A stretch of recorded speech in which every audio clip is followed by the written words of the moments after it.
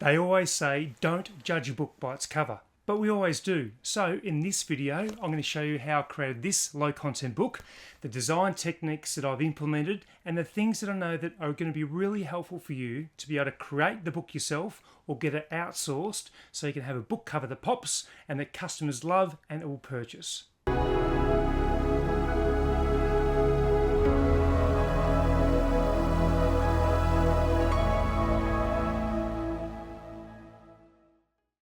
Hi, my name's Romney and thank you very much for joining me on my YouTube channel. Now, if you haven't been to the channel before, it's all about creating, building and scaling your self-publishing business. And if you like these videos, make sure you give it a thumbs up, subscribe and hit that notification bell so you're made aware of more videos that I create. Now, book cover creation has some important elements that you need to do. Now, I'm not a designer I don't have a qualification in regards to design, but over the journey of publishing with KDP, I've learned a lot, and I've learned from looking at a lot of different book covers, practicing and implementing different things in design platforms like Canva. And I want to be able to show you a few important key features that you can use to create your book covers, or even look at outsourcing them so that you get customers looking at your book, going into it, and then ultimately, hopefully, purchasing your book. So this book here I created last year, and I feel like it's got a lot of the key elements that I think are important for book cover design. So we're going to have a closer look at how I designed this book cover, what I used, and then right at the end of the video I'm going to have some important links that will actually help you with your book cover creation design. So make sure you stick around and see those. So let's jump on my computer now and I'll show you all about book cover design, the things to do, and then make sure the things that you avoid doing as well. Now, the critical thing about cover design is making sure that it's something that the customers are going to look at and want to click on immediately. And it's something that many authors struggle with because they don't have necessarily the design skills or the experience. And I'm not a designer either. I don't have any formal qualifications. However, I've worked really hard on trying to determine what key elements are required for a really good book cover. And it has taken time. So in this lesson, we're just going to have a quick look through some of the features of some good designs and maybe some things that people could work on.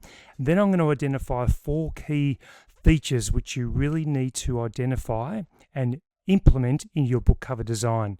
So let's scroll down here and have a look. So what we're looking for is we want to make sure that they're using pretty much the most of the space as well. So we look through here, these ones nice and easy to read. Remember, people are going to be scrolling through like I'm doing right now, and this cover would stand out to me. So it is a unicorn coloring book for kids aged, now that might be a bit hard to read, I believe it's 4 to 8 because I can see it there.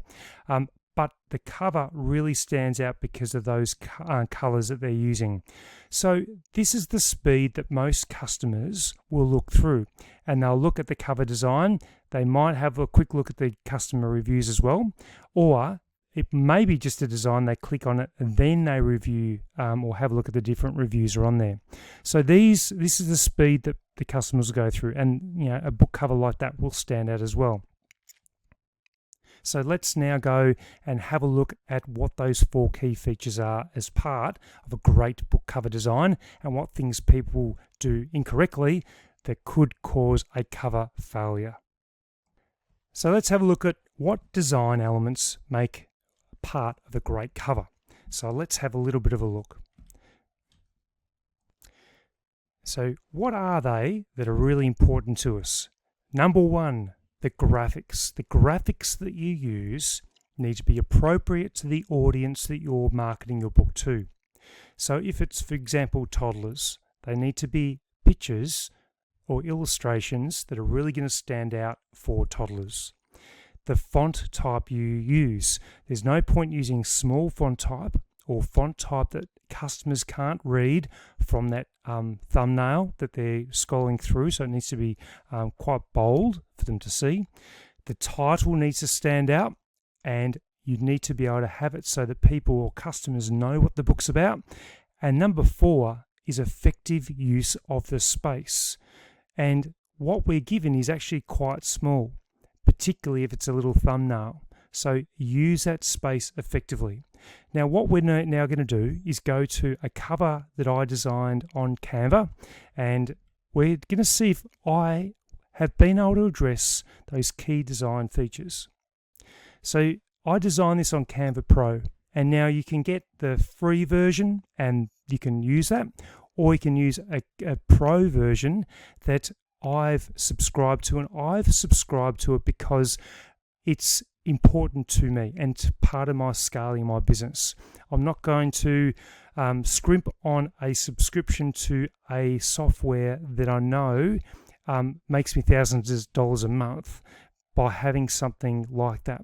So if you were interested in Canva Pro, just go to the description. You'll see the link for Canva Pro, and in a moment I'll show you some of the key elements, both the free and the paid version, which you can use. So in this cover, I've tried to use nice big font types.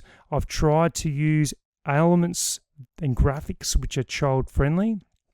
I've used the space as much as I can, and I feel like the color combinations are working, but there are things that I could probably improve on as well. So let's go and jump on Canva and have a look at this book as I was designing it. So this is actually the original book cover that I had, and all I was doing I was using this search box here under elements to find out these features, and it was going to be a clown, not a clown, a circus theme. And with these things here, all these are, if you look, are clouds, and I've just got a single cloud that I've been able to make look a bit bigger, and it allows me to so do this one here. We just bring it up. Might be a bit hard to see that one. I might delete that one so we can actually see what we're doing here. All I used was a cloud and expanded it. So if we go this one, all it is a simple little cloud, and I was able to drag it and then bring in the other elements around it. So if we wanted a similar cloud to that one, we would just go to elements, we'd write cloud, and then it would bring up all the different clouds. Now this may show cloud pro version cloud, so when I hover over it, it tells me whether it's a pro version or a free version. But just say I scrolled down and I thought, this cloud looks good, so I would click on that. Then it would come over to my book cover over here. I could then just expand it to the size that I want it to, and then if I wanted it sort of to go to the back, then I would just right click, and then I just say send to back, and then that goes to the back of the picture. But just say you thought, well, I don't want the clouds, I want a different sort of, oops, we go back here, undo that one because I had the word. We could even change that color of that word. We might want to make that like a green, for example, and we can change that up and move it across. But just say we didn't like that blue background and we wanted to make it pop even more. So what we would do, let's find a background that might be suitable. So if we just do circus, because it's a circus theme, we go like this.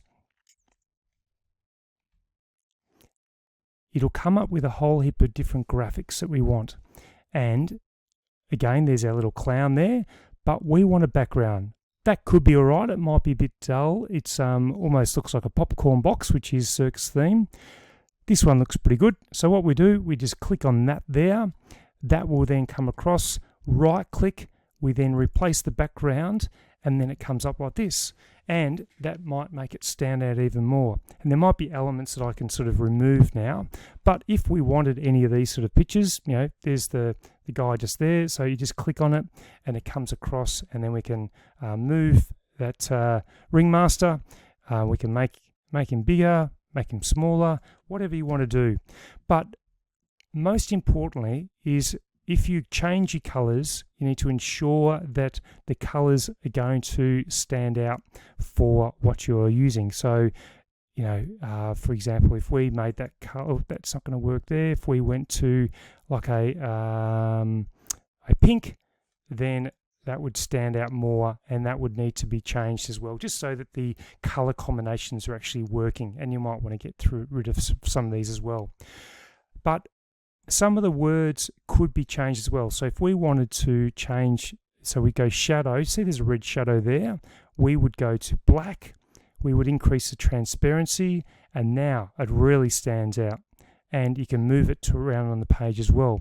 But it's about getting the right color combinations and using the space and the right font types. So for this one, that font type is called Chewy, and I've found that was quite a almost like a preschool kind of a font type, and I think preschoolers would like the circus theme, and it would work well for them.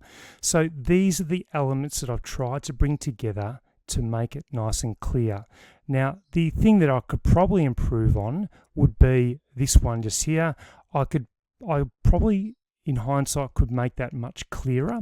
If you looked at a thumbnail and saw that, you may not be able to read it, so it's something I could probably really improve on. But let's go back to the document and just check a couple of other options that we have as well as part of design of our book covers. So what we need to do, if we just go here, go the other way. So cover design, you could use Canva, which you could create, but if you're not a designer or your preference is to outsource that, you could go to a group called Fiverr. And you may have used Fiverr before, and you can use it definitely for book cover creation. Now, Fiverr I'll get on it in a moment. Fiverr is a freelancer website where you can really pick a number of different things. So if we just did book cover design,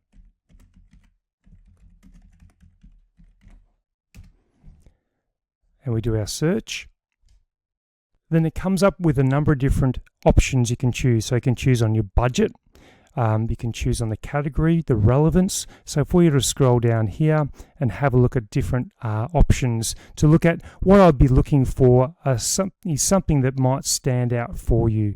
So there might be different covers here that could work in your favor. So let's go back up here. Let's do a budget.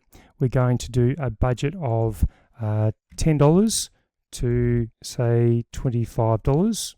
Even we'll do $30. Because the way I look at it, if you're spending time creating a book, you need to spend some money on the book cover, because there's no point creating a great manuscript and then scrimping on the book cover and no one ever being able to see it, and then they therefore won't buy it. So if we sort of look down here, we're looking for book covers that might stand out to us, different options that you think could work. And again, most of these cover designers do low content books, even no content books. So let's have a look at this one just here, starting at $14. We would simply click on it.